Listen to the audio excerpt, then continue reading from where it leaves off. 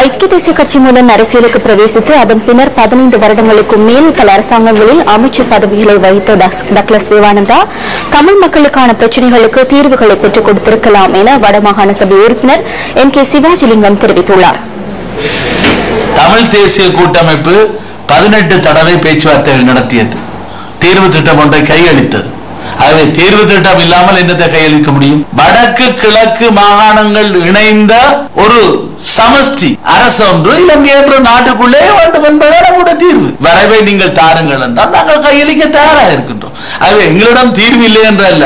Douglas Devananda அவர்கள் வேண்டுமென்று மக்களை திசை திருப்பி அவர் இப்பொழுது இவ்வளவு காலமும் UPFA ஐக்கிய மக்கள் சுதந்திர முன்னணியில் இருந்து வெளியேறி வந்து வெற்றிலையை விட்டு வெளியேறி வந்து அவர் எத்தனை புறப்படுத்தார்? 94ஆம் ஆண்டு தேர்தலில் சுயேட்சையாக நின்று UNPA பட்டியலில் சேர்த்துக் கொண்டு எலெக்ஷன் கேட்டவுடன் அங்கே போய் 113 பேருடன், அதாவது ஒரே ஒரு ஆசனம் தான் அதிகமாக இருந்தது, அதுவும் மலையகத்திலிருந்து போன திரு சந்திரசேகரனுடைய ஆசனம் EPDP ஆசனங்களை சேர்த்து சந்திரியா அம்மையார் ஆட்சி அமைக்க உதவியது. என்னத்தை செய்ய முடிந்தது?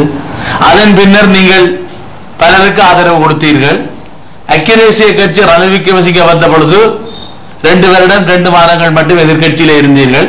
இவ்வளவு காலம் ஆளுங்கட்சியில இருந்தீர்களே, நீங்கள் என்னத்தை சாதித்தீர்கள்? நீங்கள் 94 இருந்து 2015 வரை 19 ஆண்டுகள் ஆளுங்கட்சியிலே, அதிலும் 15 வருடங்களுக்கு மேலே அமைச்சரவையிலே கேபினெட்ல இருந்துவிட்டு யாரை பார்த்து கேட்கிறீர்கள் தீர்வை செய்யவில்லை என்று? நீங்க செய்ய வேண்டியது நீங்கள் தானே.